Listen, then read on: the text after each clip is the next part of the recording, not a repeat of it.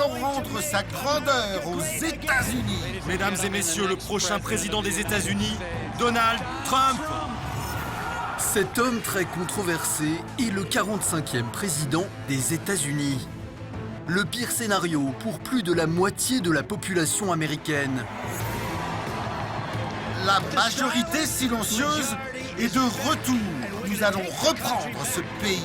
Il faut dire que Donald Trump n'a pas vraiment le CV idéal. À la fois menteur et provocateur. C'est un système truqué, les amis. Un système truqué.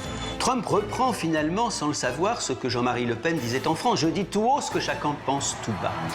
Qu'est-ce que nos dirigeants sont stupides. Nos politiques sont stupides de laisser faire tout ça. Souvent agressif. Sortez-le d'ici, sortez-le. Regardez toutes ces ordures. Incroyable. J'aimerais le frapper en pleine tête. Ceux qui l'ont approché disent qu'il a des moments de folie pure, c'est-à-dire qu'il y a des moments où il dérape.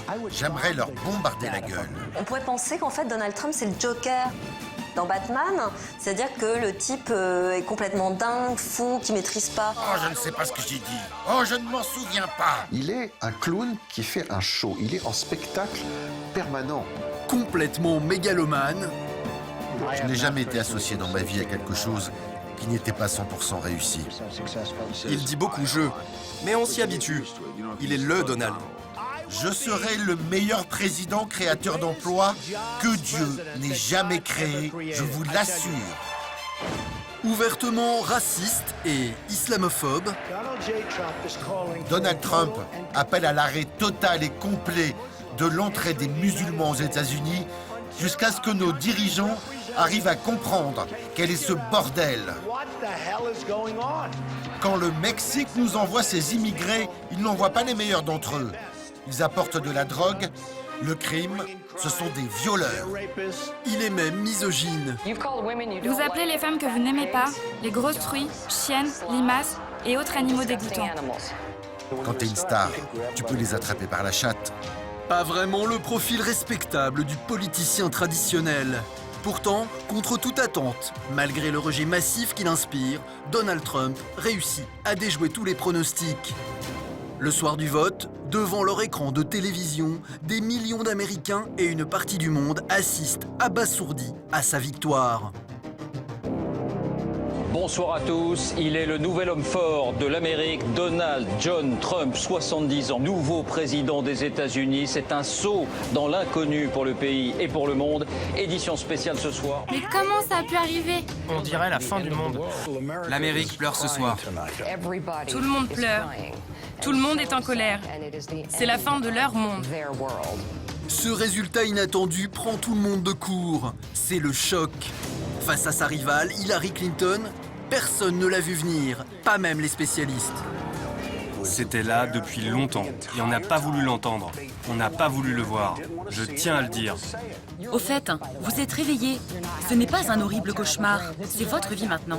C'est notre élection. C'est notre pays. Dans la rue, des milliers de personnes manifestent pour montrer leur fureur. Et les premières bagarres éclatent entre pros et anti-Trump.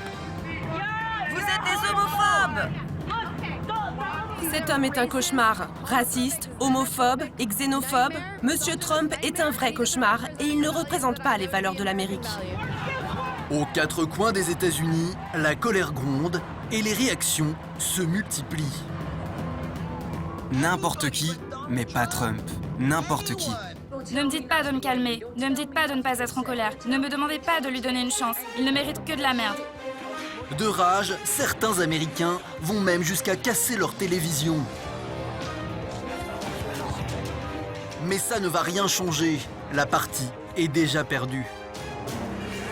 Alors comment ce personnage excessif et politiquement incorrect a-t-il réussi à devenir le nouveau shérif de la plus grande puissance du monde ? Comment cet électron libre à la fois narcissique et incontrôlable a-t-il pu séduire une majorité d'Américains ? Je suis content qu'on ait quelqu'un de dur. J'adore Trump.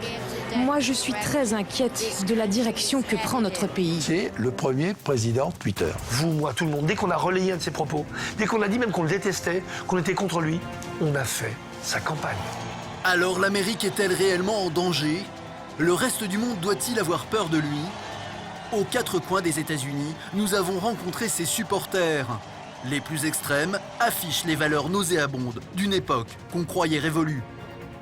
Je pense qu'il sera de loin le meilleur et le plus solide des présidents que l'on n'a jamais connu depuis des décennies. Nous avons aussi rencontré de nombreux proches. En exclusivité, l'une de ses ex-femmes nous a accordé une interview. Je suis très contente de ne pas avoir à aller à la Maison-Blanche. J'y serais misérable. Et qu'est-ce que j'y ferais? Je déteste Washington. Que va-t-il se passer désormais? Donald Trump va-t-il pouvoir appliquer ses promesses de campagne? Si personne aux États-Unis n'est en mesure de l'arrêter, il ira sans aucun doute vers le pire. Alors Donald Trump est-il vraiment un menteur, un macho ou un inculte? Vous allez voir que la réalité est surprenante. Secrets de famille, relations amoureuses, manipulation, coups tordus. Voici la face cachée de l'homme le plus puissant de la planète. Nous allons redonner sa grandeur à l'Amérique. Merci, que Dieu vous bénisse. Comment celui que tout le monde donnait perdant a-t-il réussi à remporter la Maison-Blanche? Vous allez découvrir que rien n'a été improvisé. Chaque détail a été minutieusement calculé. Je me lance officiellement dans la course à la présidence des États-Unis.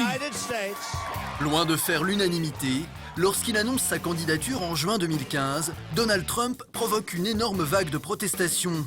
La presse se déchaîne et les humoristes s'en donnent à cœur joie. Oh mon Dieu, ne vous inquiétez pas. Parle-leur de ton programme économique. Ce sera très simple. Quand je serai là, les impôts baisseront, tout le monde aura du boulot, les salaires augmenteront, nous construirons un mur. Ce sera énorme. Siri, comment détruire Daesh? Oh non, c'est un Blackberry. Building, gros sein, building, gros sein, building, gros sein. Juin 2015, lorsque Donald Trump annonce sa candidature, ça apparaît comme la candidature d'un clown. Et il y a des sourires en coin, les sourires des médias américains qui se disent « Bon, encore une fois Donald Trump, mais ça va pas faire long feu ». Acteurs, réalisateurs ou bien chanteurs, de nombreuses célébrités se mobilisent et montent au créneau pour critiquer Trump. Hollywood ne veut pas de ce provocateur qu'il juge dangereux pour le pays et la démocratie. Et ils le disent haut et fort, comme Robert De Niro.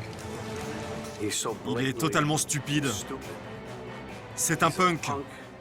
C'est un chien. C'est un porc. C'est un désastre national. C'est la honte de ce pays. Cela me met en colère.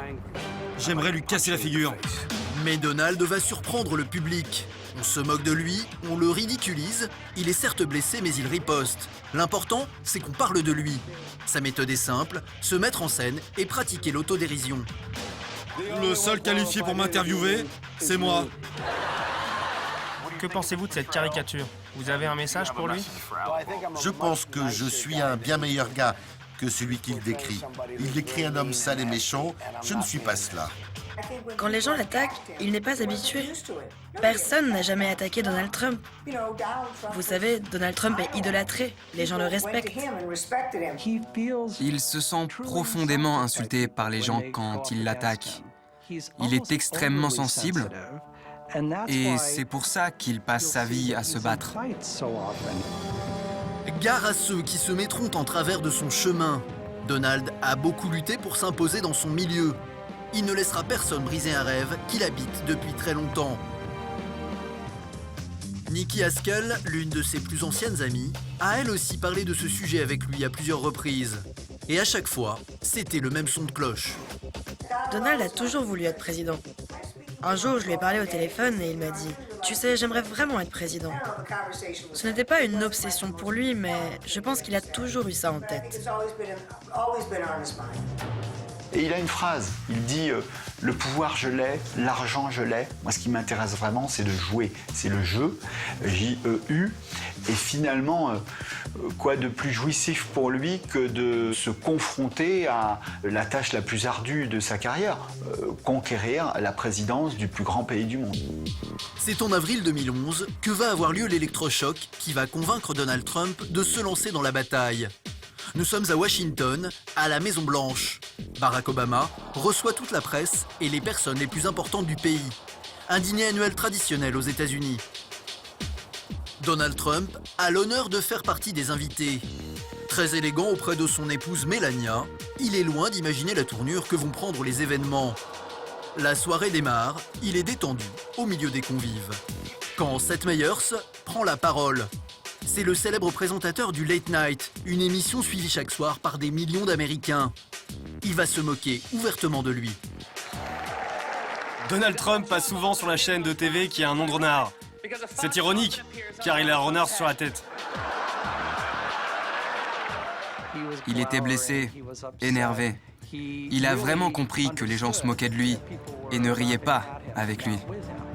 Donald encaisse. Il a l'habitude d'être moqué par les humoristes. Mais à ce moment-là, il ignore encore que le président des États-Unis en personne va en remettre une couche. Cette fois-ci, beaucoup plus violente. On peut dire ce qu'on veut sur M. Trump. En tout cas, il apporterait du changement à la Maison-Blanche. Si ce soir-là, Barack Obama choisit Donald Trump comme tête de Turc, ce n'est pas par hasard. Politiquement opposés, les deux hommes ne se font jamais de cadeaux. Et cette fois, le président tient sa revanche. Car quelques mois plus tôt, Donald Trump s'était emparé d'une rumeur qui circulait sur Internet pour tenter de le déstabiliser. Le milliardaire accusait alors publiquement le président métis de ne pas être né sur le territoire américain. Si tel était le cas, ce serait une grave violation de la Constitution. Vous n'êtes pas autorisé à être président si vous n'êtes pas né dans ce pays. Il y a un doute concernant son lieu de naissance. S'il n'était pas né dans ce pays, ce serait l'un des plus gros scandales de tous les temps. Barack Obama devra carrément publier son acte de naissance pour faire taire ces rumeurs au relent nauséabond. Alors ce soir-là, il en profite pour se venger. Le Donald n'a jamais été aussi heureux, aussi fier, qu'on ait pu faire la lumière sur cet acte de naissance. Maintenant, il peut enfin se concentrer sur les choses qui comptent. Comme, a-t-on vraiment marché sur la Lune? Que s'est-il passé à Roswell? Et où sont passés Biggie et Tupac? Humilié, Trump commente l'incident quelques jours plus tard sur un plateau de télévision. Mais comme toujours, il ne lâche rien et réinterprète l'histoire à son avantage. Le milliardaire prétend même avoir aimé être la cible du président. J'étais le centre d'attention toute la soirée. C'était fou, j'ai adoré. Vous avez adoré? Ça ne s'est vraiment pas vu. Je pense que Trump a été choqué, sur le moment. Mais en même temps, le connaissant, il doit en être fier. Le président des États-Unis parle de lui. On entend, quand on voit les images, Donald Trump se dire eh bien, j'aurai ma revanche, je ne vais pas laisser passer ça. L'humiliation publique que le président américain m'inflige va nourrir mon sentiment de revanche. L'idée qu'Obama ne le respecte pas est devenue sa motivation pour se présenter aux élections. Je pense qu'il a gardé cette idée brûlante à l'intérieur de lui-même comme un feu ardent. Cette fois, Donald tient peut-être l'occasion de prendre sa revanche. 4 ans plus tard, plus déterminé que jamais, il annonce sa candidature à la présidence de la plus grande puissance du monde. Je serai le meilleur président créateur d'emplois que Dieu n'ait jamais créé, je vous le dis. Je pense qu'il a commencé la course avec quelques doutes, mais très vite, il s'est dit qu'il allait gagner. Ce que Donald Trump veut, Donald Trump l'obtient. Et rien ne l'arrêtera tant qu'il ne sera pas assis dans le bureau ovale. 1600 Pennsylvania Avenue. D'emblée, les coups pleuvent. Les républicains le rejettent, son propre camp est contre lui. Mais Trump ne recule pas. À chaque fois, il va entrer sur les plateaux télé comme sur un ring de boxe et employer les méthodes qui ont fait sa fortune pendant des années. Je ne l'ai jamais attaqué sur son look. Pourtant, croyez-moi, il y a de la matière. Quand Donald a une cible, il ne la lâche jamais, peu importe les conséquences. Les républicains, de toute façon, ne voulaient pas de Trump. Donc ils s'étaient tous payés, comme on dit. Il arrive sur le plateau et il balance. Une vanne à l'un, une vanne à l'autre. Et les autres sont déstabilisés. Quand Trump se lance dans quelque chose, il y va pour gagner. Cette approche peut très bien réussir, mais elle peut aussi causer des dégâts sérieux. Face à lui, 10 candidats chevronnés, des ténors du camp républicain. Marco Rubio, sénateur de Floride, Ted Cruz, sénateur du Texas, ou encore Jeb Bush, le frère de l'ex-président. À chaque débat, Donald ment, attaque sur le physique, insulte ou ramène sa réussite personnelle sur le devant de la scène. Rien ne l'arrête. Il n'a qu'un objectif, occuper le terrain et déstabiliser ses adversaires, comme ici, avec Marco Rubio. Rubio, prêt? Ce n'est pas un bon joueur de poker. Parce qu'à chaque fois qu'il est sous pression, il se met à suer comme un porc. Ses sondages se sont effondrés. C'est pour ça qu'il est tout au bout là-bas. Il est devenu vilain. On se rappelle de ces joutes hallucinantes où il appuyait que sur les points faibles de ses candidats. Il les a tous broyés. Il sent le sang et il sent la faiblesse. J'ai vu très peu de gens comme lui. Il est au sommet de la chaîne alimentaire. Donald ne fait pas de prisonniers. Il exécute. Il a le don de cerner les gens au premier coup d'œil. Par exemple, ce gars est un perdant. Nous avons des losers, des personnes qui ne valent pas un coup. Il va vous faire tomber, et il va faire avec ses mots. Il va vous trancher avec ses mots comme avec un couteau, et pareil avec son langage corporel. Débat après débat, Donald martèle son discours à l'aide de sa gestuelle parfaitement rodée. Il tranche par son agressivité et son débit, et surtout, il apparaît beaucoup plus dynamique que ses concurrents. Une seconde. Non, vous ne pouvez pas prendre. Oh, il y a plein d'énergie ce soir, j'adore ça. Non. C'est ce qui va se passer, que vous le vouliez ou non. Une campagne, c'est ça, c'est ce rectangle-là. 70% de ce que l'on retient, c'est le faciès. Et lui, il n'a pas arrêté de s'en servir avec sa houppette, avec ses yeux, avec son menton, etc. 15%, la gestuelle. Et le dit ne compte que pour 15%. Donc lui, il avait déjà un avantage de 85% sur son adversaire. Et ça a pesé tout au long de la campagne. Vous me parlez de cet homme et c'est lui qu'on va avoir pour président? C'est l'homme qui a hérité de 200 millions de dollars qui dit ça? Je le bats à plat de couture dans les sondages. Mais vous ne battez pas Hillary. Vous ne battez pas Hillary. Écoute, si je n'arrive pas à te battre, je préfère encore me faire tuer. Il a été élu sur ses gesticulations, sur ses cris, sur ses jaculations de toutes sortes. L'électeur américain n'avait pas besoin d'écouter, il avait besoin d'abord de voir. Donald a un avantage de taille sur ses adversaires. Ce n'est peut-être pas un homme politique, en revanche, c'est une vraie bête de scène. Il connaît mieux que personne les plateaux de télévision grâce à une émission de télé-réalité, The Apprentice. Il en est la vedette depuis 12 ans. Le concept, 18 candidats s'affrontent pour montrer leur qualité de businessman. Arbitre implacable, Donald Trump vire les perdants, les uns après les autres. Tu es viré. Le programme a fait de lui une star très populaire aux États-Unis. Et dans ce nouveau combat, il va utiliser tout son savoir-faire.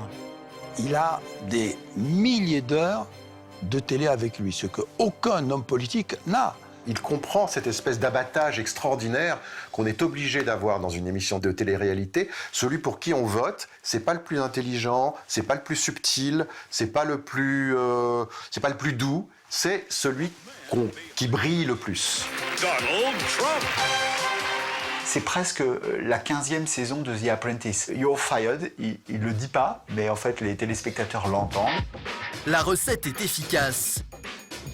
Jeb Bush, Ted Cruz, Marco Rubio, virés. Tous virés. En 4 mois, Donald a éliminé tous ses adversaires. Il termine loin devant, avec 44,9% des voix. Donald Trump aura réussi à attirer tous les candidats dans la boue, comme il a attiré tous les candidats sur son propre terrain. Et finalement, aucun des candidats n'a réussi à résoudre l'équation. Le problème posé par Donald Trump, un journaliste américain avait comparé ça à un prof face à un élève agité. Ne pas faire attention à lui, il continue à amuser la classe. Faire attention à lui, il devient le centre de l'attention. Finalement, il n'y a presque rien à faire. Trump. Implacable, la méthode choque néanmoins une grande partie de l'opinion publique. Les médias tentent de le démasquer et de montrer la supercherie. Mais là encore, Donald Trump a la parade. Les journalistes sont contre lui, alors il va se passer d'eux. Il utilise Internet et les réseaux sociaux pour communiquer en direct avec le peuple américain. Pendant que le monde s'écroule et ne sait plus comment faire, notamment avec Daesh, Notre président se soucie du réchauffement climatique. C'est ridicule. Il tweet à 2 h du matin. Je pense qu'il a parfaitement compris comment se servir des réseaux sociaux. Il a su remettre les médias à leur place. Il a squeezé les médias. Il les a sortis du jeu. C'est le premier président Twitter. Autrement dit, il a réduit la communication à ce qu'elle est devenue, 14 mots, et à ce qu'elle est vraiment une communication face-to-face, en direct, avec toi, je te parle. Vous, moi, tout le monde, dès qu'on a relayé un de ses propos, dès qu'on a dit même qu'on le détestait, qu'on était contre lui, on a fait sa campagne. Ces déclarations choc vont faire mouche. Et petit à petit, ces tweets sulfureux se retrouvent à la une des médias. Je pense qu'il change les débats politiques. Pas juste pour maintenant, mais aussi pour le futur. Il a créé un modèle que les autres candidats à la présidentielle vont devoir suivre. Et maintenant, qui a un problème? Est-ce Donald Trump, qui est maître du jeu? Ou tous les autres, qui cherchent encore les règles? Merci beaucoup, merci. L'homme d'affaires a toujours su faire parler de lui.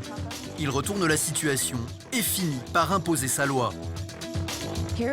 Voici les règles du débat selon Donald Trump. Règle numéro 1, ne parlez pas trop.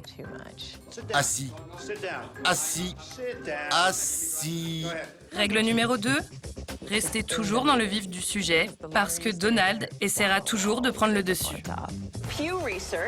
Certaines recherches montrent qu'il y a... Allez, essayez de le dire. Essayez de le dire. Je ne sais pas si vous allez diffuser ça parce que vous ne savez pas de quoi vous parlez, mais essayez. Je pense que Donald Trump sait exactement comment faire parler de lui. Il insulte les médias et ils en redemandent. Ils veulent encore plus l'interviewer, plus le faire passer à la télé. Est-ce que vous connaissez une phrase de Trump qui n'a pas été reprise dans tous les médias? Ça choquait, ça provoquait, mais c'était à dessein. C'est pour créer cette différence, pour exister. Et oui, il voulait que les gens disent « Mais qu'est-ce que c'est que ce pantin ?» Oui, il voulait que les gens disent « Mais comment est-ce que les Américains peuvent... » C'est pas possible, c'est un cauchemar, ils ne peuvent pas élire un mec pareil. C'était ce qu'ils voulaient. Le monde entier aujourd'hui parle de Trump. Trump est aujourd'hui un des personnages les plus connus au monde. C'est ce qu'il voulait. Génie de la communication, Trump va appliquer la même méthode jusqu'à l'épreuve finale. Juillet 2016, Donald Trump vient d'être investi par le Parti républicain. Il est désormais leur candidat officiel. Sa nouvelle adversaire s'appelle Hillary Clinton. C'est la favorite. Tous les sondages la donnent déjà gagnante. Mais il en faut beaucoup plus pour faire peur à Donald Trump. Il est sûr de lui et plus fort que jamais. La majorité silencieuse est de retour. Nous allons reprendre ce pays. Nous allons rendre sa grandeur à l'Amérique. Rien ne nous arrêtera pour que l'on gagne à nouveau. Face à la candidate démocrate, il va utiliser toutes les ruses possibles et imaginables. Et rapidement, les débats tournent au match de boxe. Premier round, la candidate démocrate l'accuse de ne pas publier sa déclaration d'impôt. Il contre-attaque. Hillary Clinton a mis la défense nationale en danger en utilisant une adresse mail privée non sécurisée pour envoyer des documents top secrets. Donald s'engouffre dans la brèche. Je rendrai publique ma déclaration d'impôt contre l'avis de mes avocats le jour où elle publiera les 33 000 mails compromettants qu'elle a effacés. Le jour où elle les publiera, je le ferai. La campagne est d'une violence sans précédent. Trump est attaqué tous azimuts. Sur ses faillites, sur ses propos racistes, sur son manque d'expérience, mais rien n'y fait. Il semble inoxydable et à chaque fois, il riposte. Je suis d'accord, elle a de l'expérience, mais une mauvaise expérience. Et ce pays ne peut pas se permettre encore 4 ans avec ce type de gouvernance. Hillary sent le vent tourner. Alors pour redorer son image, elle s'affiche aux côtés des plus grandes stars. Grossière erreur, car Trump passe justement son temps à fustiger les élites et l'establishment. Trump, il disait bah oui mais moi j'ai le peuple derrière moi. Et il avait raison. C'est pas 2 chanteuses, c'est pas 3 acteurs qui vont faire en sorte que le pays les suive. C'est plus compliqué que ça. À l'approche de l'élection, Donald remonte dans les sondages. Hillary joue alors son va-tout. Elle ressort une vieille histoire de propos sexistes tenus par Trump 10 ans auparavant, lors de l'enregistrement de cette émission de télévision. En coulisses, il parle des femmes de manière crue, mais il ne sait pas que tout est enregistré. Quand vous êtes une star, les femmes vous laissent tout faire. Vous pouvez même les attraper par la chatte. Deuxième grosse erreur. Trump va s'en prendre à son mari. Concernant Bill Clinton, moi ce sont des mots, lui des actes. Ce qu'il a fait aux femmes, il n'y a jamais eu de toute l'histoire de la politique quelqu'un d'aussi abusif avec les femmes. La campagne vole très bas. Donald a l'habitude, mais Hillary, elle, n'en sort pas grandie. En face de lui, il avait la candidate rêvée. Et il savait que la candidate en face, Hillary Clinton, allait, parce que c'est une femme en plus, et c'est normal, moi je me mets à sa place. On peut pas laisser passer un truc pareil. Grab them by the pussy, is it the way you deal with women? Bien sûr que c'était légitime qu'elle le dise, mais elle a oublié qu'elle était en campagne. Elle a oublié que son mari, c'est Bill Clinton. Elle a oublié que son mari, peut-être, faisait bien pire que ce que disait Trump. Et qu'elle lui avait pardonné. Voilà comment, quand on fait cette équation, on en arrive à Trump au-dessus et Clinton en dessous. Résultat, le 8 novembre 2016, c'est l'onde de choc. Donald Trump est élu président des États-Unis, à la surprise générale. Je suis très impatient d'être votre président. Après avoir été moqué, critiqué, insulté, Donald Trump peut désormais savourer sa victoire. Mais ce résultat inattendu inquiète une partie de l'Amérique. Car Donald Trump n'est pas un président comme les autres. Pendant toute sa campagne, il s'est montré excessif. Colérique, raciste, misogyne, menteur, l'homme est réputé incontrôlable et vous allez voir que la réalité dépasse parfois les plus folles rumeurs. Tout au long de la campagne présidentielle américaine, Donald Trump s'est souvent montré belliqueux. Je vais leur bombarder la gueule. Impatient. Est-ce que... Vous ne savez pas de quoi vous parlez, mais essayez de le dire. Parfois intransigeant. Assis. Assis. Allez-y. Et parfois même franchement énervé. Sortez-le d'ici, faites-le sortir. Impulsif, colérique et caractériel, Donald Trump semble avoir souvent du mal à maîtriser ses nerfs. Avez-vous quelque chose à rajouter? Non, rien à rajouter. Qu'est-ce que vous voulez rajouter? Ceux qui l'ont approché disent qu'il a des moments de folie pure, c'est-à-dire qu'il y a des moments où il dérape complètement, il y a des moments où il perd ses nerfs, parce qu'il est trop atteint dans sa personnalité, et là, ça le rend fou furieux. Et bien souvent, il ne faut pas grand-chose pour faire exploser Donald Trump. Franchement, je pense qu'il se met en colère et agit de cette façon parce qu'il n'a pas beaucoup de patience.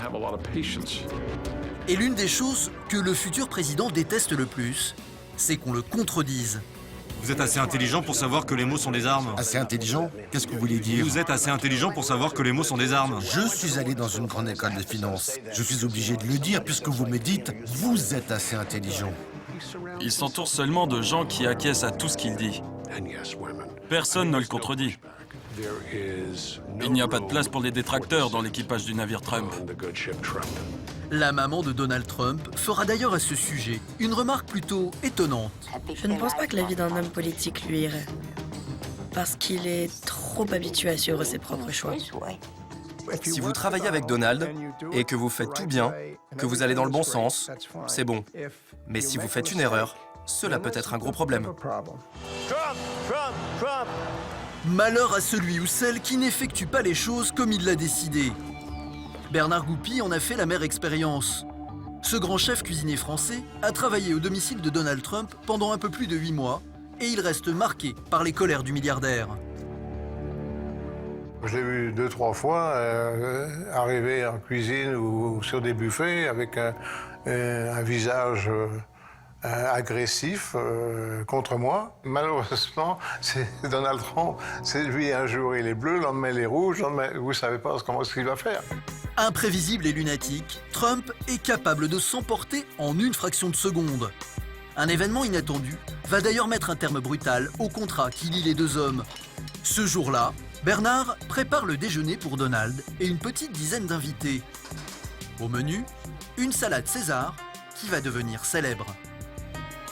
Oui, ça c'est la César salade Donald Trump. Problème, l'un des convives n'apprécie pas le fromage qui accompagne la salade. Il le fait remarquer au maître de maison. Furieux, Donald Trump débarque aussitôt en cuisine pour remonter les bretelles de son chef. Il arrive comme un fou, plonge la main dans le panier à laitue et il prend des tomates, il prend des concombres et puis il prend du fromage, il le balance dessus et puis il dit ça c'est de la salade. Alors je lui dis ben oui, on en apprend tous les jours. Hein. Bernard sera renvoyé le lendemain matin sans indemnité. Ces 8 mois au service du milliardaire, le chef cuisinier n'est pas prêt de les oublier. Et tous ceux qui ont travaillé pour Donald Trump le disent. Il peut perdre le contrôle, très facilement. Il se fâche, il s'en va. 5 minutes plus tard, il est calme. Toi, tu es toujours en colère. Et si tu lui demandes ce qu'il vient de dire, il ne s'en souvient pas. Un comportement immature qui fait penser à celui d'un enfant. Il y a un propos de Trump qui me semble très juste, c'est lorsqu'il dit qu'il n'a pas grandi, qu'il est toujours l'enfant qu'il était et que si on l'avait rencontré à 7, 8, 9 ans, on aurait vu le même sale gosse qu'il est aujourd'hui. Juste une petite erreur, je crois qu'il a 5-6 ans plutôt. C'est ça son âge, juste avant l'âge de raison. Et c'est vrai que de ce point de vue-là, c'est quelqu'un qui est capable d'être comme les enfants de 5-6 ans, c'est-à-dire absolument intempérant, et considérer que ce qu'il veut, c'est ce qu'il doit obtenir. Comme tous les enfants, Donald ne se censure jamais et il dit les choses avec franchise. Une attitude qui a séduit un grand nombre d'électeurs aux États-Unis, mais qui en a aussi effrayé plus d'un, notamment lorsqu'il aborde les problèmes d'immigration dans son pays. Quand le Mexique nous envoie ses immigrés, ils n'envoient pas les meilleurs. Ils apportent la drogue, le crime, les viols. Bon, et c'est vrai, parmi eux, il y a aussi des gens bien. Alors qu'il n'en est encore qu'au début de sa campagne, cette petite phrase qui stigmatise les Mexicains plonge Donald Trump au cœur du scandale. Loin de calmer le jeu, il enfonce le clou avec une idée folle, construire un mur le long de la frontière mexicaine pour empêcher les migrants de passer. 3141 km de long. Un projet initié par l'ancien président des États-Unis, George W. Bush. Nous construirons le mur. Nous construirons le mur. Donald renchérit peu de temps après. Cette fois-ci, il s'en prend aux musulmans. Je veux la surveillance de certaines mosquées. OK ? Donald Trump appelle à l'arrêt total et complet de l'entrée des musulmans aux États-Unis. Ces propos racistes font le tour du monde et une partie de l'opinion publique américaine s'enflamme. Du jour au lendemain, Donald est montré du doigt. On ne peut pas bannir des gens à cause de leur religion. J'ai trouvé ça horrible, et je suis bien loin du compte. Dans les faits, il se comporte comme un raciste. Il utilise la rhétorique traditionnelle des fascistes et leur stratégie pour faire passer son message. Entre les pros et les anti-Trump, la guerre est déclarée. Durant ces meetings, des opposants s'invitent pour protester et les dérapages se multiplient. Un événement va particulièrement marquer les esprits. Ce jour-là, un militant qui défend la cause des Noirs américains interrompt le meeting de Donald Trump à plusieurs reprises. Sans ménagement, le candidat républicain demande son évacuation. Sortez-le d'ici, jetez-le dehors. Pour ses opposants, plus de doute, Donald Trump est raciste. Pourtant, difficile de savoir si le candidat pense réellement tout ce qu'il dit. À chaque fois qu'on l'interroge sur le sujet, il dément catégoriquement. Un de ses arguments favoris, dire qu'il a plein d'amis noirs. Comme par exemple le célèbre boxeur Mike Tyson. Êtes-vous raciste ? Pas du tout. Le moins raciste de tous ceux que vous avez rencontrés. Pour beaucoup d'observateurs, les propos racistes de Donald Trump n'auraient qu'un seul but, toucher l'Amérique blanche et les électeurs pauvres, et désigner un bouc émissaire à tous leurs malheurs, les étrangers. Il y a trop d'immigration, on va construire un mur, comme ça il n'y aura plus d'immigration. Il y a des attentats, on va chasser tous les musulmans du pays. Enfin, bon, les ficelles les plus énormes. Mais derrière ça, il y a quelqu'un qui dit « Je vais vous apporter la paix, la sécurité. Vous serez en sécurité chez vous et plus rien ne pourra vous arriver. » Il essayait de faire croire aux gens que le pays était en danger et qu'ils avaient besoin de l'élire, lui, comme un homme fort. Et ça, c'était sa stratégie. Il y a certains mots-clés, certains signes et des choses qu'il dit qui agissent comme un message subliminal sur les gens potentiellement racistes. Pendant toute sa campagne, Donald Trump a semblé entretenir des liens étroits avec l'extrême droite. Et vous allez voir que les militants les plus radicaux en ont fait leur idole. Comme ici, dans l'État du Tennessee, dans le sud du pays, Brian affiche fièrement ses convictions à l'entrée de son jardin. Je pense qu'il sera de loin le meilleur et le plus solide des présidents que l'on n'a jamais connu depuis des décennies. Brian, 56 ans, est le porte-parole d'un groupuscule néo-nazi qui a pignon sur rue dans la région. Ça, ce sont les insignes de notre organisation. NSM, pour le mouvement national socialiste. La swastika est le symbole des nazis, un mouvement que nous soutenons. Avec ses plus fervents militants, il défend les valeurs radicales d'une époque qu'on pensait révolue et il affiche fièrement sa collection d'objets à l'effigie de son idole, Adolf Hitler. Hitler vous inspire ? Il nous a montré la voie. Oui, absolument. Aux États-Unis, aucune loi ne punit ce genre d'excès et les militants d'extrême droite sont très actifs.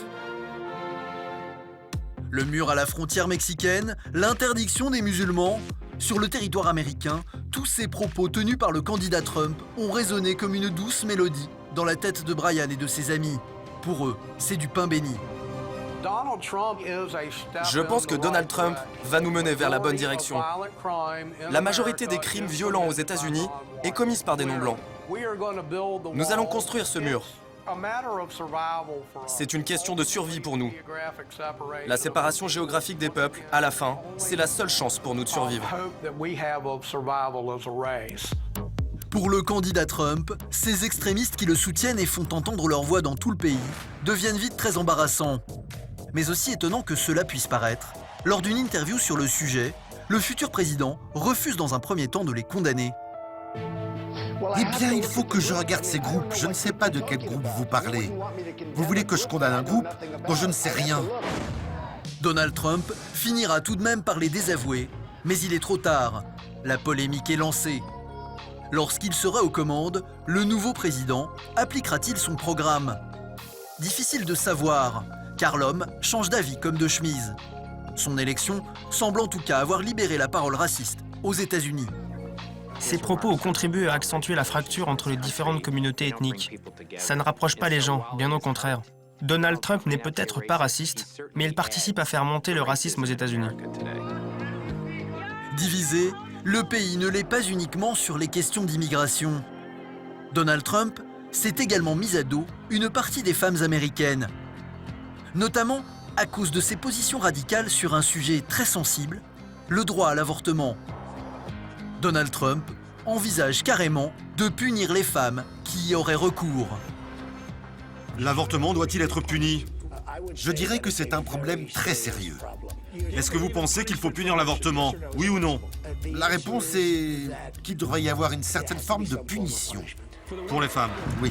Et l'homme qui l'a mise enceinte, est-il responsable devant la loi? Ou est-ce qu'il n'est pas responsable? Ça dépend du feeling, ça dépend des cas. Je dirais non. Le résultat est immédiat. Les féministes du monde entier crient leur colère. Incroyable aux États-Unis. Un futur président remet en cause cette liberté fondamentale acquise il y a plus de 40 ans. Sexiste, machiste, Donald Trump se voit affublé de tous les maux. Il faut dire que le milliardaire a un lourd passif. Ses propos déplacés à l'égard des femmes sont monnaie courante. L'une de ses têtes de turc favorites, Rosie O'Donnell, une célèbre animatrice de télévision outre-Atlantique. Il met ses cheveux comme ça et il fait « Tout le monde mérite une deuxième chance. Une deuxième chance. » Aux États-Unis, la guerre qu'il va livrer avec elle par médias interposés va l'amener à tenir des propos très violents. Elle est bête, elle parle comme un routier. Cette femme est complètement désastreuse. Des insultes qui lui seront régulièrement ressorties pendant la campagne, notamment par la célèbre journaliste Megyn Kelly. Vous appelez les femmes que vous n'aimez pas les grosses truies, chiennes, limaces et autres animaux dégoûtants. Seulement Rosie O'Donnell. Non, c'est faux. Pour info, c'était bien avant Rosie O'Donnell. Oui, c'est vrai. Il a parlé de Rosie O'Donnell, ce qui était malin. Je veux dire, il a parlé de quelqu'un que beaucoup de personnes n'aiment pas. Là encore, Donald Trump assume. Et il va même riposter contre Megyn Kelly, celle qui a osé l'attaquer sur sa misogynie. Elle commence à me poser toutes sortes de questions ridicules. Vous pouvez voir le sang sortant de ses yeux. Le sang sortant de... allez, peu importe. Laissez-moi vous poser une question, monsieur. Vous n'insinuez pas que Megyn Kelly avait ses règles? Bien sûr. Pourquoi je ferais une déclaration comme ça sinon? Lorsqu'il a été critiqué par Megyn Kelly, l'arbitre du débat, il a commencé à taper en dessous de la ceinture, en l'insultant notamment sur son physique. Je pense que quand une femme avec une forte personnalité s'en prend à lui, Donald Trump ne sait tout simplement pas comment réagir. Les femmes, un des points faibles de Donald Trump. D'ailleurs, lorsqu'il devient officiellement le candidat du Parti républicain, sa nouvelle adversaire Hillary Clinton n'hésite pas à aller le chercher sur le terrain du sexisme. C'est un homme qui a traité les femmes de truies, de limaces et de chiennes. Quelqu'un qui a dit que la grossesse était un inconvénient pour les employeurs. Je n'ai jamais dit Qui a dit que les femmes ne méritaient pas un salaire égal, même si elles travaillaient aussi bien que les hommes. Hillary Clinton ressort les vieux dossiers, comme cette affaire qu'il a opposée à une certaine Alicia Machado.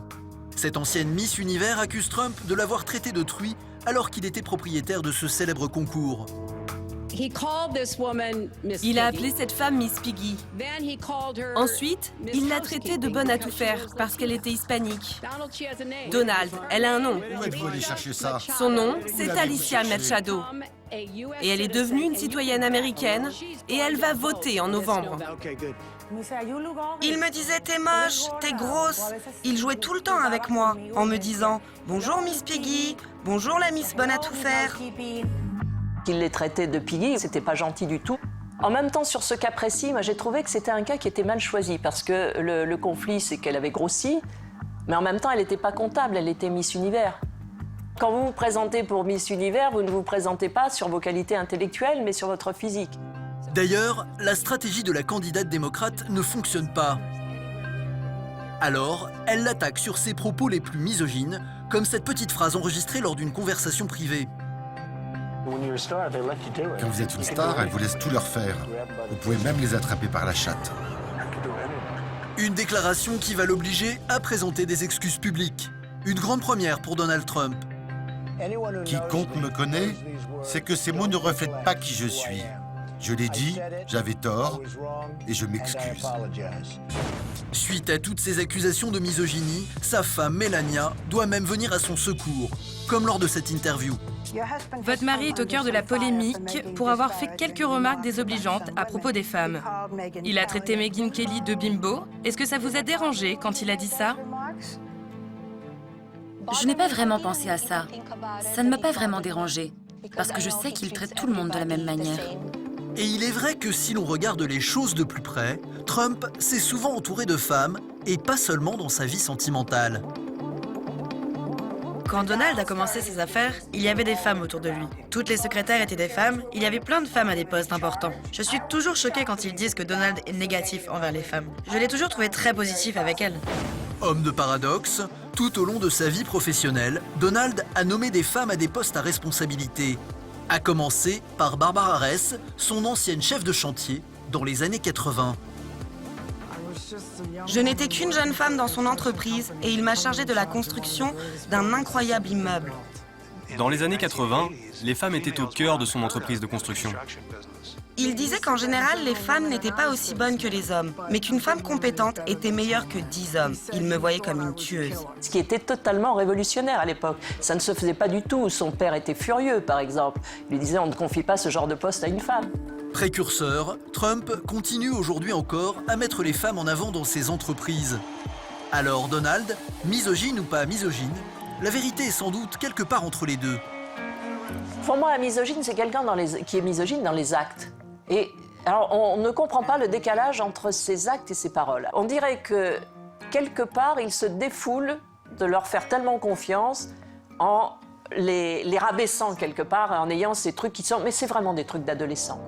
Donald Trump est colérique et certainement macho, mais ses propos haineux qu'il répète à longueur de temps ne sont peut-être pas aussi involontaires qu'ils en ont l'air. Vous allez voir que derrière toutes ces provocations, derrière toute cette campagne choc, se cache une véritable stratégie pensée et savamment orchestrée. Une implacable machine de guerre. Trump reprend finalement, sans le savoir, ce que Jean-Marie Le Pen disait en France. Je dis tout haut ce que chacun pense tout bas. Dès le début de la campagne, Trump captive les foules en frappant très fort, avec un refrain bien connu. Son slogan favori, les hommes politiques, tous pourris. Notre système républicain est totalement pourri. Le système est pourri, les amis. Vous dites des choses, vous parlez, mais vous, politiciens, ne faites jamais rien. J'ai vu ça toute ma vie. Ce que je vois, c'est qu'ici, il y a un clown et là, un menteur. Plus on va le critiquer, plus il va pouvoir se retourner vers son électorat pour dire « mais vous êtes d'accord avec moi ?» Eux ne sont pas d'accord parce qu'ils font partie de l'élite, parce qu'ils font partie du système, mais vous n'êtes pas choqués par ce que je dis.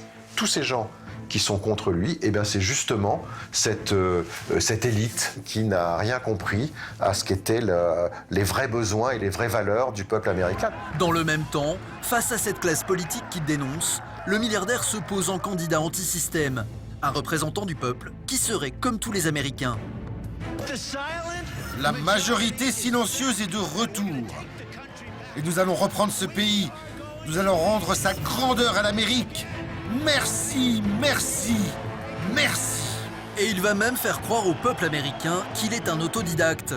Ironique pour cet homme qui a passé toute sa vie à baigner dans le luxe. Ça n'a pas toujours été facile pour moi. Vous savez, j'ai commencé à Brooklyn. Mon père m'a fait un petit prêt d'1 million de dollars. Je suis allé à Manhattan et j'ai dû le rembourser avec les intérêts. Opposer le peuple à ses dirigeants, montrer du doigt les élites, désigner un ennemi pour mieux régner, une stratégie bien connue qui porte un nom, le populisme. Le populisme, c'est se montrer proche des préoccupations du peuple, quitte à mentir pour approcher ses préoccupations et cacher ses véritables intentions et sa véritable personnalité. Le peuple américain, il a peur, il est terrifié par l'avenir, il a besoin de protection, il a besoin d'un shérif aux larges épaules qui leur promet des lendemains qui chantent, donc il joue ce personnage-là. Donald Trump va répéter sans cesse le même discours. Les politiques vous mentent, je ne suis pas un homme politique, donc je ne vous mens pas. Et il va faire exactement la même chose avec les journalistes. Regardez les gens les plus malhonnêtes de la Terre. Regardez toutes ces caméras. Regardez toutes ces ordures. Incroyable. Je n'ai aucun respect pour les journalistes du Wall Street Journal. La plupart d'entre eux, 70-75%, sont totalement malhonnêtes. Des ordures. Ils sont totalement malhonnêtes. À chacune de ses apparitions, il agresse systématiquement tous ceux qui veulent le contredire. Et meeting après meeting, les rangs de ses supporters grossissent. Ils sont de plus en plus nombreux à vouloir écouter le trublion qui se pose en défenseur du peuple et de ses intérêts. Ne sous-estimez pas le pouvoir de la majorité silencieuse. La majorité silencieuse, elle veut sortir, mener une bonne vie et fonder une famille. La stratégie fonctionne. Plus que tous les autres, le businessman touche le cœur de l'Amérique. Et il multiplie les promesses électorales. Présentez votre programme, s'il vous plaît. C'est simple. Je ne permettrai à personne de mourir dans la rue si je suis président. Il est parti de façon empathique des Américains et de leur manque, de leur envie, de leur besoin d'entendre. Et donc il essaie juste de remplir des cases. Et donc au lieu de proposer un discours, il essaie de deviner, en analysant vraiment le public qu'il avait en face de lui, quels étaient les arguments qui feraient mouche. Donc il leur a livré les mots qu'il voulait entendre. Grâce à lui, je ferai fortune demain parce qu'il a su faire fortune. Il va m'apprendre comment il faut faire fortune. Donc c'est ce mec qui m'intéresse et pas l'académisme politique américain qu'on me met en face de lui. Son show est bien ficelé, son plan marketing est parfait et son slogan reste gravé dans tous les esprits. l'Amérique est grande à nouveau. C'est ça qui va faire la différence. Et il y a une anecdote intéressante. Des journalistes demandent à une dame pourquoi vous allez voter pour Donald Trump. Cette dame répond parce qu'il va faire que l'Amérique soit à nouveau un grand pays. Mais comment vous le savez, dit ce journaliste. Cette dame dit, mais c'est très très simple. C'est inscrit sur sa casquette. Make America Great Again. C'était de loin le meilleur slogan de tous les derniers présidents américains. Donald Trump ne s'est pas trompé. Dès les premières semaines, les élites new-yorkaises se moquent de lui. Mais l'Amérique pauvre, elle, veut y croire. Moi, je veux qu'il crée plus d'emplois. J'espère juste que ça va changer. C'est ce que j'aimerais. Quelque chose de frais, de nouveau. Je me suis dit qu'on allait avoir une nouvelle chance dans la vie. Différent des autres, porteur d'espoir, Donald Trump prêche sa bonne parole aux quatre coins des États-Unis. Et ça marche, y compris à New York. Les brioches sont là. Tu peux me faire du café, s'il te plaît? Jean-Jacques est un Français naturalisé américain. Depuis plus de 20 ans, il tient cette petite boulangerie à Brooklyn, tout près de Manhattan. Plus américain que les Américains, il a tout de suite adhéré au discours du milliardaire. Quand Trump est arrivé, Trump il a appelé excusez-moi l'expression, un abruti. Donc ça a choqué les gens, mais ça a réveillé l'Amérique profonde, ça a réveillé tout le monde. Ils se sont tous fait balayer et c'est Trump qui est passé. Parmi les principales préoccupations du boulanger, l'emploi, les impôts et surtout l'immigration. Voilà. L'Amérique est touchée par la crise et le commerçant craint pour son avenir. Alors forcément, les propos chocs de Donald Trump le séduisent. Chaque pays a besoin de se protéger. On a besoin de s'entourer, on a besoin d'être sûr qui vient dans notre pays, pourquoi, où, quand et comment. Ce soir, dans sa petite boulangerie, Jean-Jacques a invité quelques amis new-yorkais. Comme lui, ils appartiennent à la classe moyenne américaine et comme lui, ils partagent le même espoir. Puis les Américains en ont marre et je crois qu'il l'a dit, il a parlé pour nous tous. J'ai 70 ans. Je n'ai jamais voté avant. C'est la première fois que je vote. Et j'ai voté parce que je pense qu'il peut faire le job. Idolâtré par une partie de l'Amérique, conspué par l'autre, Donald Trump a utilisé toutes les ruses possibles et imaginables pour parvenir à ses fins. Et il a réussi. Sortez-le d'ici, sortez-le! Mais a-t-il les épaules suffisamment larges pour gouverner la plus grande démocratie du monde? Populiste, misogyne, raciste et colérique, vu comme ça, le portrait dépeint par ses opposants a de quoi faire peur. Alors, qu'en est-il vraiment? Quel est l'homme qui se cache derrière la bête politique? Son enfance? Son business? Son train de vie? Ses relations avec les femmes? Vous allez découvrir les secrets de l'homme le plus puissant du monde.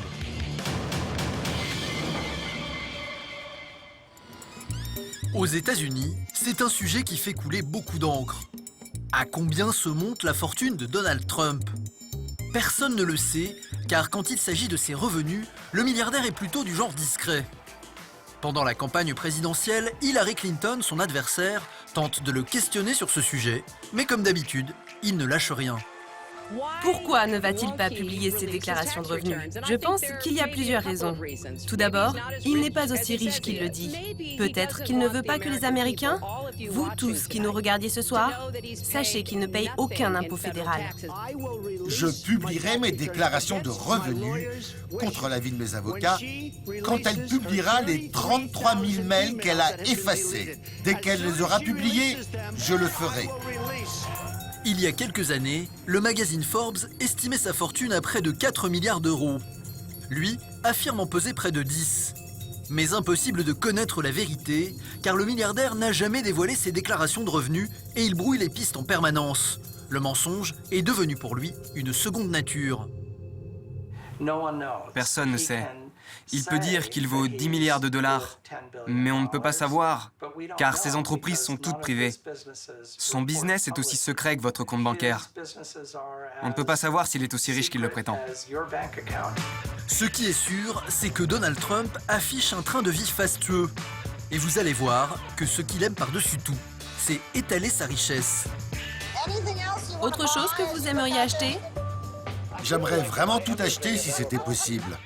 Une part de ma beauté est que je suis très riche. Ils disent que je ne vaux que 9 milliards de dollars. Je suis vraiment très riche. Et au passage, Je ne dis même pas ça par vantardise. Je dis que c'est le genre d'état d'esprit dont vous avez besoin pour le pays.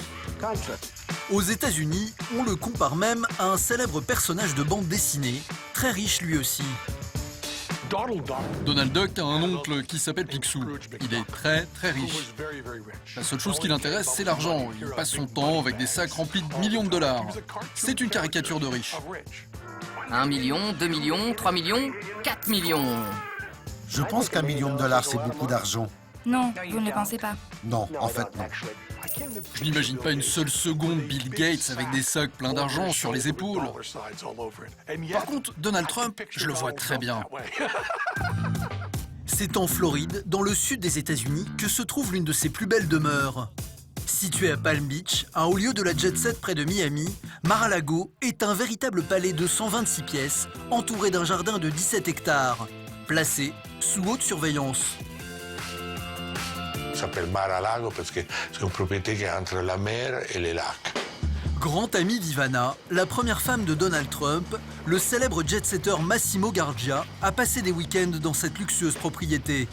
Il y a côtoyé le couple et assisté à leur faste. J'aime beaucoup les climats de la Floride. C'était énorme. On s'est perdu. Même les chambres d'invités, c'était immense, c'était énorme. Très luxueux, extraordinaire. Vous avez besoin de beaucoup de domestiques. À l'époque, Donald Trump y organise de grandes réceptions. Il y reçoit les personnalités les plus puissantes et les plus riches des États-Unis. Ce jour-là, il n'est pas présent. Il a prêté sa luxueuse villa pour un gala de charité. Bonsoir, quelle belle robe. Parmi les personnalités les plus célèbres qui ont défilé dans ces salons, Michael Jackson ou encore Bill Clinton et sa femme Hillary, qui sera plus tard son adversaire pendant les présidentielles. Pour Trump, ces soirées sont avant tout une manière de montrer sa toute-puissance. Et il aime frimer, avec des anecdotes parfois inventées. Il raconte par exemple à ses invités que les faïences de l'une des chambres de Mar-a-Lago ont été dessinées par Walt Disney en personne. C'est faux, mais ça en jette. Tout est une question de taille. Les filles, regardez comme c'est grand. Dans sa tête, être très riche, ça veut dire être très intelligent. C'est exactement ce qu'il disait à ses adversaires. J'ai construit une incroyable entreprise qui vaut des milliards et des milliards de dollars. Je n'ai pas écouté cet homme. Croyez-moi, je n'ai pas à l'écouter. Je pense qu'il croit vraiment que si l'on est pauvre ou si l'on fait partie de la classe moyenne, c'est parce qu'on l'a bien mérité. Ce qui est quand même dingue quand on sait que ses plus grands supporters sont les gens de la classe ouvrière américaine. Pour épater la belle société, Donald n'a pas de limite. Il s'offre ce qu'il y a de mieux. Comme ce yacht construit par un milliardaire saoudien. C'est l'un des bateaux les plus chers du monde. J'ai acheté un bateau à 29 millions de dollars. Et le magazine Forbes n'en a même pas parlé. C'était un bateau extraordinaire. Il y avait même une clinique dedans, tas d'opérations, infirmerie et tout ça. Et là encore, c'est pour la frime. Il n'aime pas être sur les bateaux. C'est juste pour épater la galerie. C'était un bateau qui restait toujours immobile. C'était comme une maison. Il ne bougeait pas parce que lui ne voulait pas voyager. Car contrairement aux apparences, Donald ne profite pas réellement de sa fortune. Tous ces fastes n'ont qu'un seul but, côtoyer et charmer les personnalités influentes du pays pour servir ses affaires. C'est là qu'est sa principale obsession. Nikki Haskell est une amie intime de Donald Trump. C'est l'une des rares personnes à le connaître depuis ses débuts. Souvent à ses côtés lors des soirées mondaines, elle a assisté au petit manège du grand businessman. Donald garde toujours un œil sur la politique. Il parle toujours de politique, il parle de ce qui se passe dans la société. Il ne boit jamais, ne fume pas. Tout ce qu'il fait est toujours pour le business. Il n'aime pas l'opéra, il n'aime pas l'art. Il ne s'intéresse pas à la littérature. Et je ne pense pas qu'il ait lu un livre depuis qu'il a quitté l'école. Même pendant les soirées, il essayait toujours de parler avec des hommes d'affaires, de la banque, de la bourse et tout ça. C'est quelqu'un qui était centré, dirigé à faire de l'argent et à travailler. Les matins, il se réveillait à 6 heures. Et alors, les soirs, il ne voulait pas faire tard. Bourreau de travail, le milliardaire a tout de même un péché mignon, les femmes. Grand séducteur, il aime être entouré de créatures de rêve. Vous allez voir qu'il est capable de beaucoup de choses pour conquérir leur cœur. Donald et les femmes, une grande histoire d'amour ponctuée de rebondissements. Dans votre livre, vous dites que ce qui vous plaît, c'est d'obtenir, pas d'avoir. Cela inclut les femmes? C'est intéressant comme question. Je pense que la chasse est toujours amusante, que ce soit dans les affaires, avec les femmes, avec tout d'ailleurs. C'est un homme. Il aime les femmes. Il aime les jolies femmes et les femmes intelligentes. C'était un bel et attirant jeune homme célibataire. Pourquoi ne sortirait-il pas avec de belles femmes? Qu'elle soit top modèle ou bien Miss Univers, tout au long de sa vie, on a vu le milliardaire au bras de créatures sculpturales. Et comme toujours, Donald se débrouille pour que chacune de ses conquêtes brille à ses côtés. Un bon moyen de faire savoir au monde entier que personne ne peut résister à ses charmes.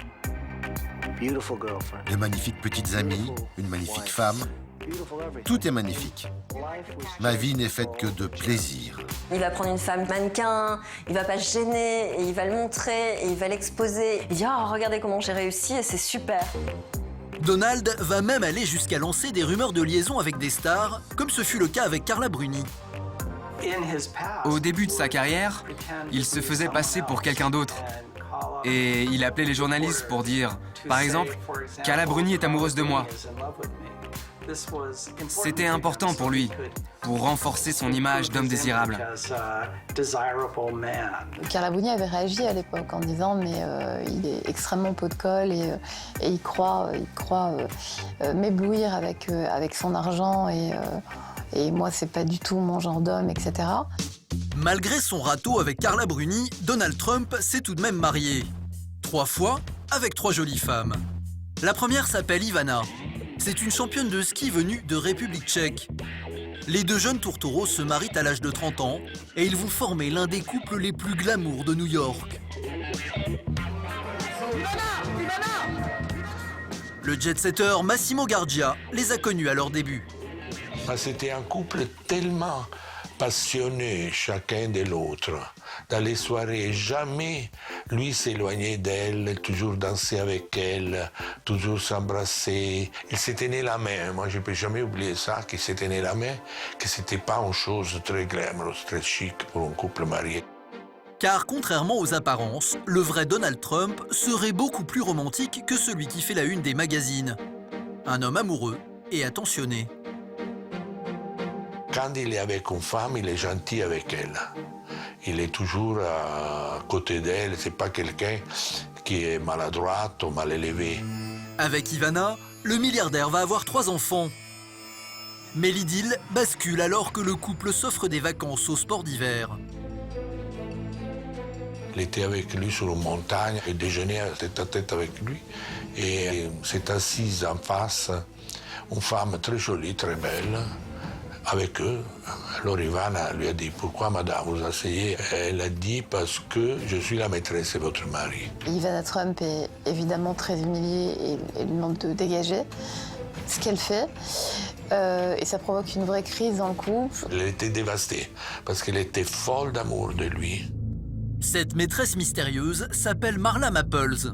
C'est une actrice de seconde zone qui s'est bâtie une solide réputation de croqueuse de diamants.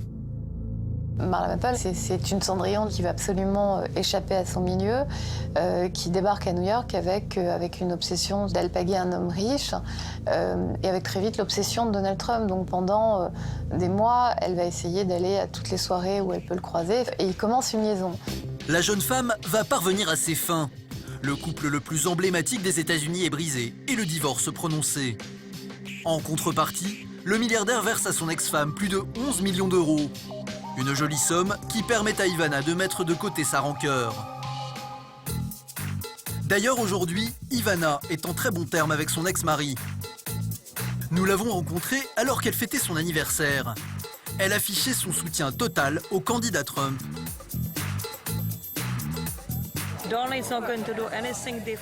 Donald ne va rien faire de différent de ce qu'il fait maintenant. Il va y aller et diriger le pays comme son entreprise.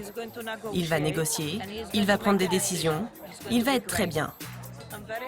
Je suis très contente de ne pas avoir à aller à la Maison-Blanche. J'y serais misérable. Et qu'est-ce que j'y ferais? Je déteste Washington. 2 ans après son divorce avec Ivana, Donald Trump décide de se marier avec sa maîtresse, Marla Maples. Et pour sa belle, la cérémonie sera digne d'un mariage royal. Il lui offre de fait un grand mariage, puisque les majors d'Hollywood diront c'est un mariage qui est encore plus somptueux que celui d'Elisabeth II. Donc il va lui offrir une belle cérémonie. Il va évidemment l'installer dans la Trump Tower comme toutes ses épouses. Marla était d'une beauté vraiment extraordinaire, je dois reconnaître. C'était très belle, je comprends comment un homme peut perdre physiquement la tête pour elle. Mais d'une stupidité colossale. Avec Marla, Donald aura une fille. Mais leur mariage ne durera pas bien longtemps, car la jeune femme va commettre une erreur impardonnable. Après un an et demi, elle s'est fait découvrir par la police de Palm Beach en faisant sexe sur la plage de Palm Beach avec son bodyguard. Et ça a causé les divorces. Lui a divorcé tout de suite après un an et demi.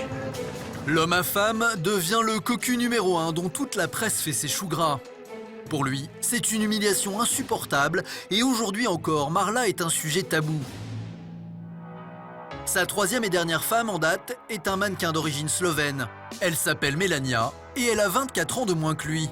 Future première dame des États-Unis, elle est aussi une femme sulfureuse qui a posé nue il y a une vingtaine d'années pour la presse People. Elle fait jolie, c'est une très très belle femme. Elle a un fort accent qui la dessert probablement. Elle n'a aucune envie de s'impliquer en tant que première dame. Pourtant, Melania a joué le jeu pendant toute la campagne présidentielle. Comme lors de cette interview où elle essaie de faire oublier son passé de playmate. La première fois que vous avez rencontré Donald Trump à une soirée en 1998, il est venu vers vous et vous l'avez repoussé? Oui. Il m'a demandé mon numéro de téléphone et je lui ai dit que je n'allais pas lui donner. Il était connu pour être un homme à femme. L'opération de communication est réussie. Melania explique à tous les Américains qu'elle n'est pas une fille facile et Donald en profite pour casser son image de macho. Êtes-vous égaux dans ce mariage? Je dirais oui. S'il y a une dispute, qui gagne? Elle gagne tout le temps. Il en est ressorti très sympathique, faisant des petites blagues, distanciant son propos. Melania était belle à voir, elle a été top modèle, il savait ce qu'il faisait. Président des États-Unis, Donald doit rassurer les Américains qui recherchent une figure paternelle et protectrice. Et pour ça, il dispose d'un autre atout, ses propres enfants. En particulier, Ivanka, 35 ans, l'autre femme de sa vie. Une fille qu'il a eue avec sa première épouse, Ivana. Ivanka a fait un super travail. N'a-t-elle pas fait un super boulot? Ivanka, c'est son atout majeur. Elle est belle, elle a une silhouette de mannequin, la silhouette de sa mère. Elle a fait des études plutôt brillantes, elle assume totalement ce qu'elle est. Je ne serais pas la personne que je suis aujourd'hui s'il ne m'avait pas encouragée, s'il ne m'avait pas donné confiance en moi, s'il ne m'avait pas dit « tu peux accomplir tout ce que tu as envie de faire ». Pourtant, contrairement à l'image qu'il aimerait donner, tout au long de sa vie, Donald Trump n'a pas été un père très présent. Lui n'avait pas le temps. En effet, toute l'éducation des enfants, tout ce qui regardait les enfants, c'était elle. Toujours en train de travailler, Donald Trump n'a qu'une seule ambition, ses affaires, encore et toujours ses affaires. Et ce n'est qu'à leur adolescence qu'il prend ses enfants sous son aile pour leur apprendre son métier, l'immobilier. C'est dans ce secteur qu'il a tout d'abord fait fortune. Mais vous allez voir que le milliardaire emploie parfois des méthodes qui frôlent les limites de la légalité. Mensonges, rumeurs, calomnies, il se montre souvent sans scrupules. J'adore avoir des ennemis. J'adore les défoncer. Son business, acheter des terrains à bas prix pour y construire des tours abritant des résidences de luxe qu'il vend ou bien loue à prix d'or. Avant tout, c'est un builder, c'est un homme de l'immobilier. Sa fortune, il l'a fait en construisant avec l'argent des autres des immeubles destinés à la location. Je ne sais pas combien d'immeubles Donald a construit. Il doit bien en avoir 20 ou 25 juste dans Manhattan. Il a toujours su qu'il fallait acheter des biens aux meilleurs endroits. Il a toujours acheté les meilleurs biens et les a rendus les plus glamour possibles. Symbole de sa réussite, la Trump Tower. Un gratte-ciel de 200 mètres de haut, situé en plein cœur de Manhattan, sur la 5e avenue, l'équivalent new-yorkais des Champs-Élysées. À l'intérieur, comme à l'extérieur, tout n'y est que luxe et flamboyance. La Trump Tower, un monument à la gloire de Donald, bien voyant et tape à l'œil, comme il les aime. J'étais là quand il a construit la Trump Tower. Donald était très excité, car c'était un projet très difficile. Il n'y avait jamais eu de résidence à cet endroit. C'est beau, c'est glamour, c'est prestigieux.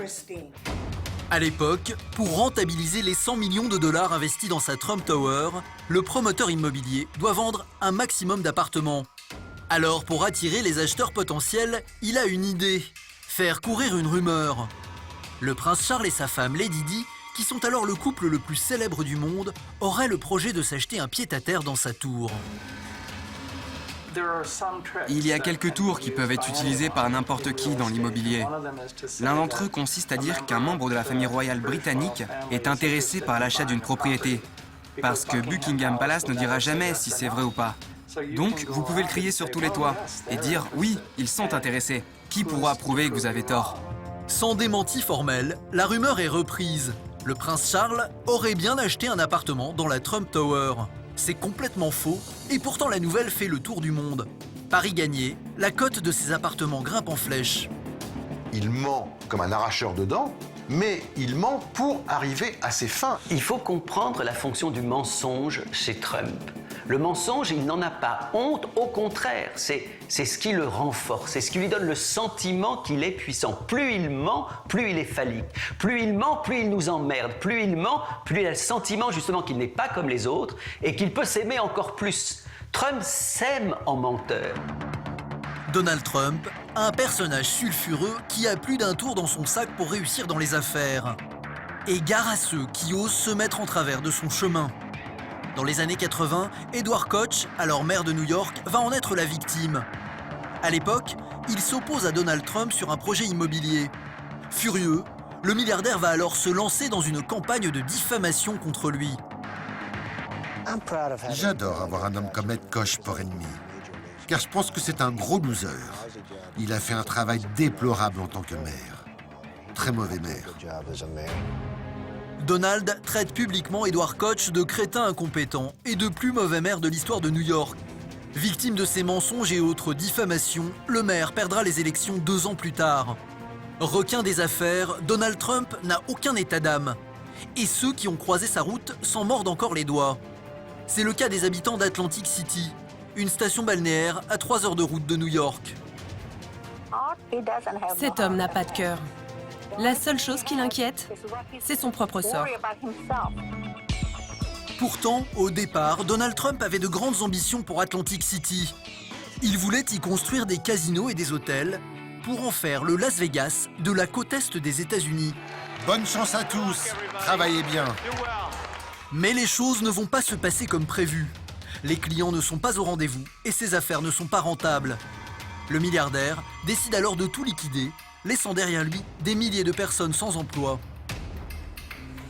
Si on regarde ce qu'est devenu Atlantic City, on peut vraiment dire que c'est un des destructeurs de la ville. Au bord de la faillite, Donald Trump ne doit son salut qu'à l'aide des banques. Il a réussi à survivre à la faillite parce qu'il était le premier exemple du phénomène trop gros pour échouer. Il a piégé les banques. Il leur devait tellement d'argent qu'il les mettait en danger en ne les remboursant pas. Alors, les banques ont été obligées d'essuyer ses dettes. Même s'il a frôlé la catastrophe à plusieurs reprises, le milliardaire a toujours su rebondir. Et ses méthodes, pas forcément très honnêtes, lui ont permis de bâtir un gigantesque empire. Des hôtels, une compagnie aérienne, des terrains de golf, son loisir préféré. Son appétit est insatiable et il comprend vite qu'il lui manque une corde à son arc pour gagner encore plus d'argent. La célébrité. Il s'achète alors une équipe de football américain. Le résultat est immédiat. Si vous êtes le genre de grand narcissique qu'est Donald Trump, vous recherchez plusieurs moyens d'attirer encore plus l'attention. Avoir une équipe de sport est un bon moyen pour ça. Donald était proche de la quarantaine. Il savait que s'il avait une équipe professionnelle de football, cela élèverait son nom un peu plus. Pour être sur le devant de la scène, il a une deuxième idée de génie. créé des produits à son nom pour faire du patronyme Trump une marque à part entière. Il sort son parfum, sa bouteille de vodka, sa marque d'eau minérale, un jeu de société à son image, et on peut même manger des steaks Trump. Le gars est un produit, quoi, en soi. Il l'assume très bien. C'est un super-héros américain. Avec tout, il a la Batmobile, la Batwoman, enfin, il a toute la panoplie, quoi. Il a formulé dans son esprit cette idée. Si je suis célèbre, le développement de mon business immobilier sera encore plus fort. Si je réussis, je serai encore plus célèbre et j'aurai encore plus d'argent. C'est une sorte de procédé géométrique pour être de plus en plus gros. Et il avait raison à ce propos. Le nom est devenu synonyme de qualité. Déposez-moi ici, merci. La raison pour laquelle tant de gens achètent et paient le prix maximum est qu'ils savent qu'ils auront le meilleur. Aux États-Unis, impossible de passer à côté de son nom, inscrit en gros caractères. Sur ses hôtels, sur ses buildings, ou encore sur sa tour à Manhattan. Donald devient une personnalité incontournable. Même ses avions portent son nom. Ce qu'il veut, c'est avoir un écran publicitaire géant dans le ciel, avec Trump écrit dessus. C'est aussi pour pouvoir atterrir dans un aéroport et que chaque passager qui arrive voit son nom, Trump. La Trump Tower, c'est la Trump Power. C'est un immense pénis planté dans la ville que tout le monde est obligé de venir lécher aujourd'hui, qu'on soit une star de la télévision ou un milliardaire. On vient s'incliner, sinon faire une fellation à la Trump Tower. C'est extraordinaire de voir que Trump a réussi à accomplir son vœu de petit garçon, c'est-à-dire à avoir la plus grande. Le milliardaire profite alors de sa célébrité pour sortir un livre. The Art of the Deal, un manuel pour apprendre comment réussir dans les affaires. Il y vante ses qualités de businessman en se présentant comme un modèle de réussite à l'américaine. L'homme derrière le nom, Donald Trump. On l'invite alors sur les plateaux de télévision pour en faire la promotion. Beau parleur, cabotin, à chaque apparition, il en fait des tonnes. Et ça marche. Le livre devient un best-seller. Trump s'est associé à la réussite.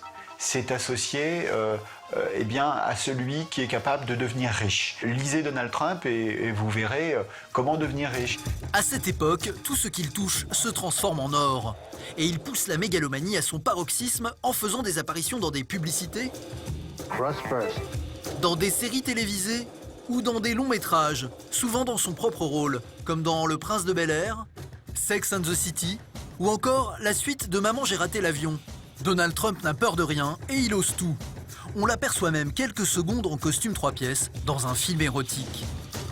L'attention, c'est ce qu'il aime, ce qu'il veut, ce dont il raffole. Il vit pour ça. Ce que je pense de Donald, il aime désespérément s'écouter parler. Bon, alors écoutez, regardez, s'il vous plaît. Excusez-moi, Sam, vous êtes impoli avec les gens, ne le soyez pas avec moi. Il y a plusieurs manières de l'analyser. A-t-il un gros complexe d'infériorité? Est-ce du simple narcissisme? Y a-t-il un traumatisme psychologique?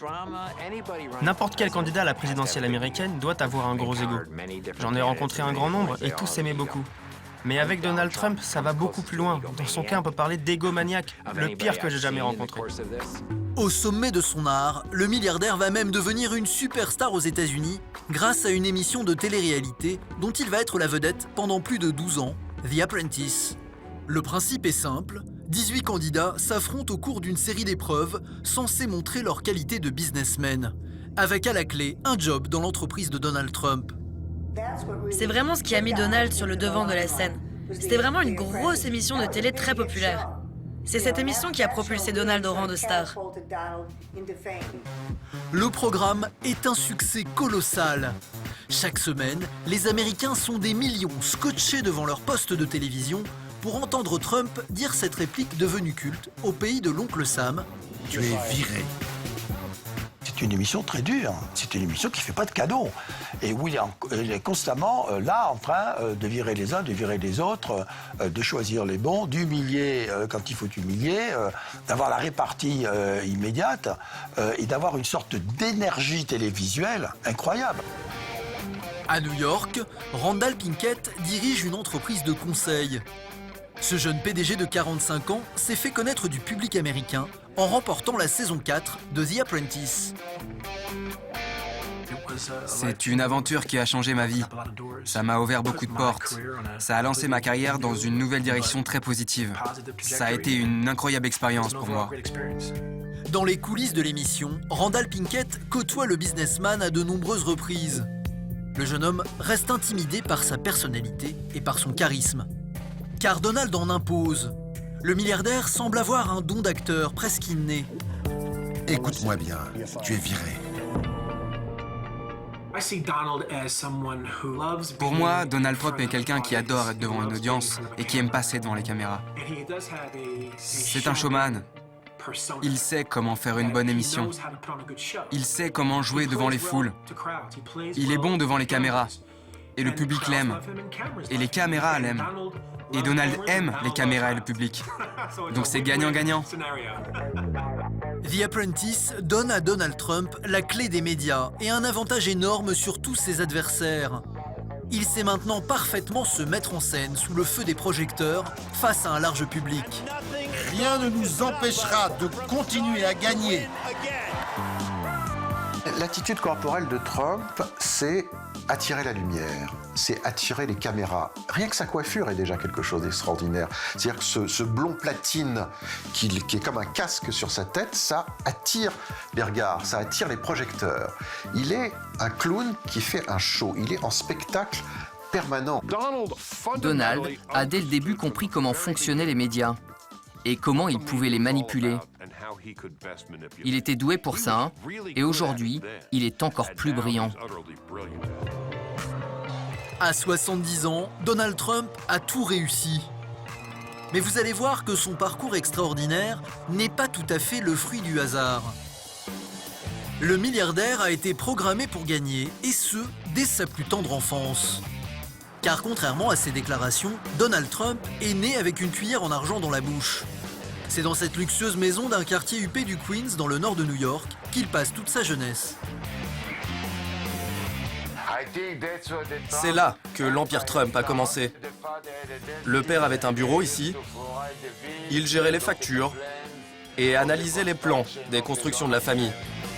Depuis les élections présidentielles, le nouveau propriétaire de la maison reçoit des dizaines de visiteurs et il s'improvise guide touristique. Ici, c'est la pièce la plus importante de la maison. C'était sa chambre d'enfant. Donald Trump vivait dans cette pièce. Donald est l'avant-dernier d'une famille de 5 enfants.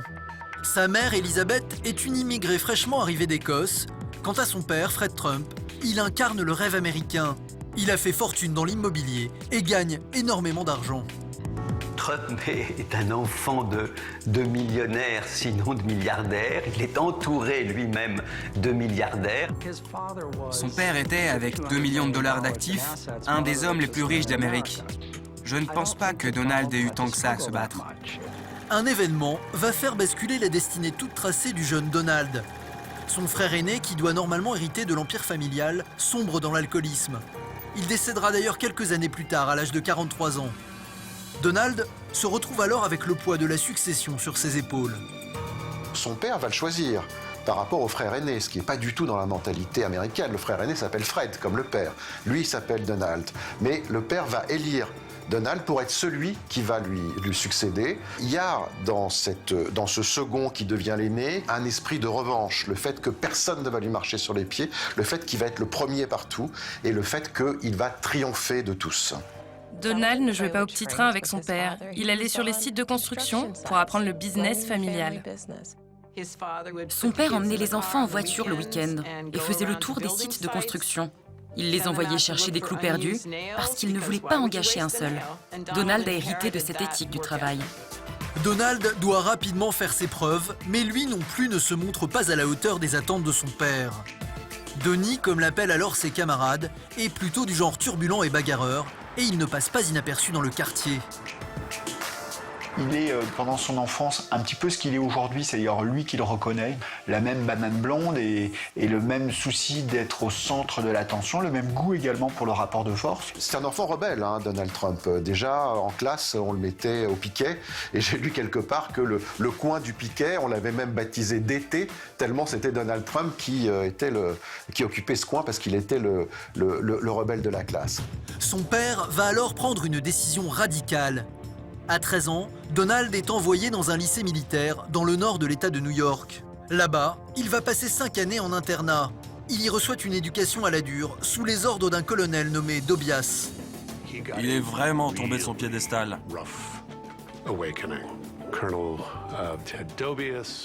Le colonel Dobias me l'a clairement dit. Quand il a vu Trump entrer dans la salle, il a vu qu'il se prenait pour un empereur romain. Et Dobias, un homme vraiment très dur, l'a remis à sa place. Surtout à propos de ses capacités physiques. Je lui ai botté le cul quand il filait un mauvais coton, comme je l'ai fait pour tous. Donald a dit, ici c'est comme dans Full Metal Jacket. Dans cet environnement ultra compétitif, Donald Trump apprend à canaliser son agressivité et on lui enseigne la gagne, peu importe le prix. Lorsque l'on pose la question à Donald Trump, est-ce que cette expérience de l'académie militaire a été positive? Il répond oui, ça a été formidable. J'y ai appris à devenir fort, dur. C'est le mot qu'il utilise le plus souvent. Je suis tough, je suis dur, et les autres sont des weak, ils sont des faibles. Gagner n'est pas important, c'est la seule chose qui compte. À 18 ans, Donald Trump ressort de l'académie militaire avec les honneurs et le rang de capitaine des cadets. De retour chez lui, il fait ses débuts dans l'immobilier auprès de son père. Il a alors 22 ans. À l'époque, le patriarche construit des immeubles dans la banlieue de New York et il va lui aussi lui inculquer la rage de vaincre. Son père était un constructeur très connu. Il a construit plein de buildings pour les classes moyennes. C'était un homme d'affaires très malin. Et il l'a dit à ses enfants, soyez des tueurs, soyez des gagnants. C'est une super journée. C'est la dernière pierre à l'édifice du plus grand gratte-ciel en béton de New York. Donald Trump affirmera plus tard avoir connu des débuts difficiles, mais uniquement pour se donner l'image d'un homme qui s'est fait tout seul. Ça n'a pas toujours été facile pour moi. Vous savez, j'ai commencé à Brooklyn. Mon père m'a fait un petit prêt d'1 million de dollars, je suis allé à Manhattan et j'ai dû le rembourser avec les intérêts. En réalité, son ascension dans le business semble avoir été beaucoup plus facile qu'il ne le prétend. Avec l'appui de son père, il obtient des prêts bancaires et très vite, il se révèle avoir un remarquable sens des affaires. Son ambition est alors sans limite.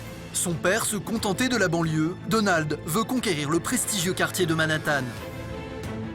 Mon père était à Brooklyn et dans le Queens. Il a construit des logements pour les classes moyennes. Moi, je voulais atteindre l'étape supérieure. Je ne savais pas où ça me mènerait, mais je voulais aller plus loin. Il n'arrêtait pas de dire « Papa, tu sais quoi? Ce sont juste des choses ordinaires. Tu devrais aller à Manhattan. C'est là-bas qu'est le vrai business.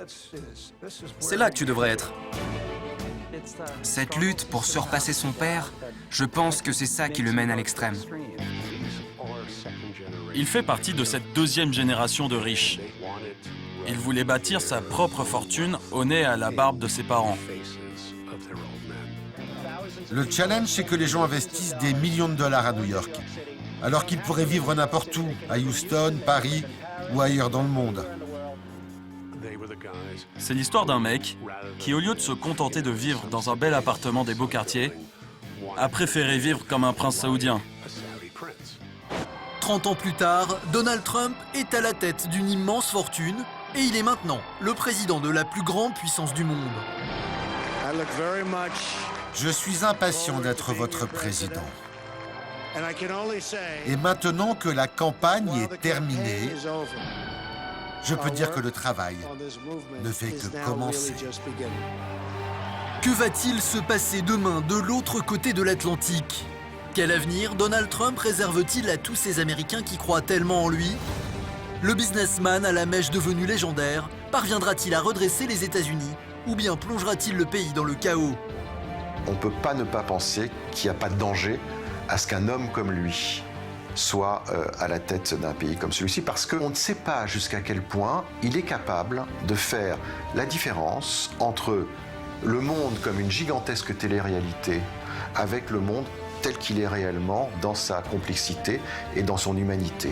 Lui, il a l'idée que ce que dit le maître, ce que dit celui qui a le pouvoir, c'est ça la vérité. C'est exactement ce que pensait Staline. Toute la question est de savoir si les États-Unis, avec toutes leurs institutions, sont capables de limiter Donald Trump. Mais lui-même, personnellement, ne se limitera jamais. Moi, je pense qu'il sera un bon président parce qu'il n'a pas le choix. Et comme c'est un winner, comme on dit à l'américaine, comme c'est un mec de challenge, il ne peut pas imaginer sortir en 4 ans avec une image inférieure à celle qu'il a aujourd'hui. C'est pas possible. Le milliardaire a passé sa vie à servir ses intérêts. Sera-t-il capable de se mettre au service des autres? Souvent à l'avant-garde, les États-Unis plongent à nouveau dans l'inconnu, mais cette fois-ci, avec la peur au ventre. Quel autre pays serait crédible que le pays du business pour dire, et si on essayait de diriger un pays comme on dirige une entreprise? Ça va réussir ou ça va rater. Mais quel bonheur que l'on ait cette expérience, parce que si jamais ça marche, ça veut dire que la politique va complètement changer de tête. Au final, est-ce que l'élection de Trump n'est pas un signal envoyé en disant, voilà, si les politiques ne se réinventent pas, ben voilà, il y aura d'autres Trump dans d'autres pays qui pourront être élus.